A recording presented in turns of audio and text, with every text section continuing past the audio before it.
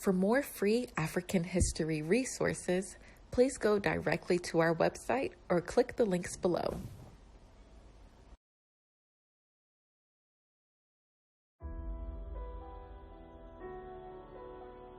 The Dabo Dynasty.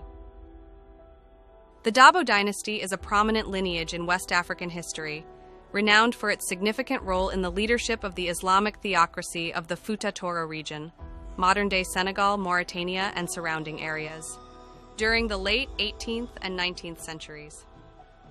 This dynasty played a crucial role in the region's political, religious, and social transformation, especially during the turbulent period of European colonization and local state building. The roots of the Dabo Dynasty trace back to the broader Islamic reform movements that swept across the Sahel region in the 18th century. These movements, spearheaded by learned Islamic scholars and leaders, sought to establish societies governed by Islamic law, Sharia, and to counteract the influence of non-Islamic practices and local oligarchies. In Fouta Toro, these efforts culminated in the overthrow of the traditional animist rulers and the establishment of an Islamic theocracy in the mid-18th century. This theocratic state, known as the Imamate of Fouta Toro, became a model of governance based on Islamic principles and played a vital role in the spread of Islam in the region. The Dabo Dynasty rose to prominence as leaders of this theocracy, with Abdul Qadir Kane, a key figure associated with this lineage, becoming the first Almami, theocratic ruler, of Fouta Toro in 1776. The title Almami combined religious and political authority, embodying the dual role of the ruler as both a spiritual guide and a political leader. Under the leadership of the Dabo Dynasty, Fouta Toro underwent significant transformations. The dynasty worked to consolidate Islamic governance, establish judicial systems based on Sharia, and implement policies to ensure social justice in line with Islamic values. One of their primary goals was the abolition of the trans-Saharan slave trade and the local enslavement of Muslims, which they viewed as un-Islamic. The dynasty also oversaw a thriving intellectual and cultural life in Fouta Toro. Islamic education flourished, with Quranic schools, madrasas, and scholars, ulama, playing a vital role in society.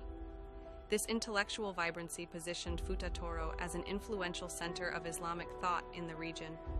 Despite its achievements, the Dabo Dynasty faced numerous challenges. Internally, there were frequent disputes among rival factions and families within the ruling elite, leading to political instability. Externally, the dynasty had to contend with the growing pressures of European colonial powers, particularly the French, who sought to expand their influence in West Africa during the 19th century. By the mid-19th century, the French began to encroach on Fouta Toro's territory. They viewed the Islamic theocracy as an obstacle to their colonial ambitions and launched military campaigns to subdue the region. The Dabo Dynasty resisted fiercely, with Al-Ma'amis leading their forces against the French. However, the superior military technology and resources of the colonizers ultimately led to the decline of Fouta Toro's independence. By the late 19th century, Fouta Toro had been absorbed into French West Africa, marking the end of the Dabo Dynasty's political sovereignty.